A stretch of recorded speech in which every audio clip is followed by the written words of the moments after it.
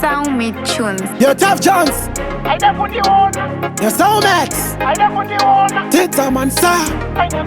Bakuru vetare. Tata nenguva tichipengezana. Sitineka nguva katakapesana. I miss you stando same. Nyango uri kure ndinoda ufare. Kanditsvaga kandishaya nsiri kubatika.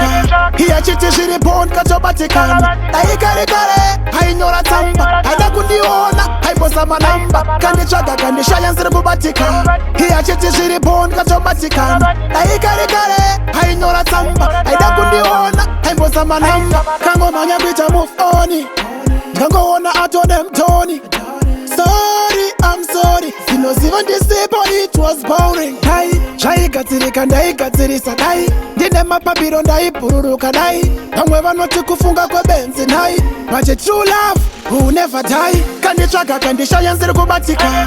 Iya chiti zviri pon katobatikana. Daikare kare hainyora tsamba. Haida kundiona haimbosa namba. Kanditsvaga kandishaya nsiri kubatika. Iya chiti zviri pon katobatikana. Daikare kare hainyora tsamba. Haida kundiona haimbosa namba. Zvakaoma shamwari nabatiswa pasi. Zvakaoma shamwari kuita kunge njanji. Vanenge mukorokoza ndandiri pasi. Ndandichotsvaga nduye ndakabata something. Mazuva navachada home defender. Nonzwa chiti zviri nani ndigare ndega. Sakoshona vamwe vacho vakuita vega. Saka mageto youths shanda nesimba. Kanditsvaga kandishaya nsiri kubatika.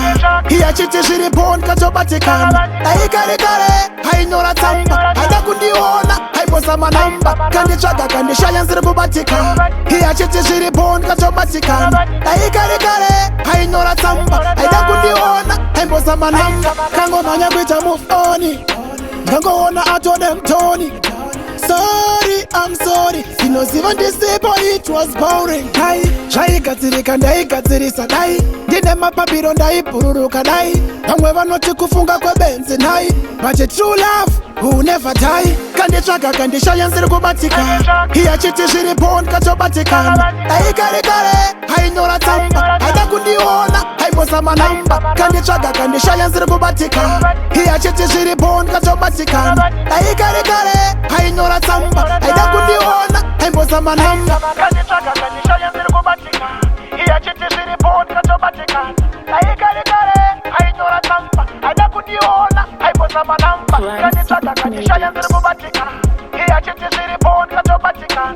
Daikare kare hainyora tsamba. Haida kundiona haimbosa namba.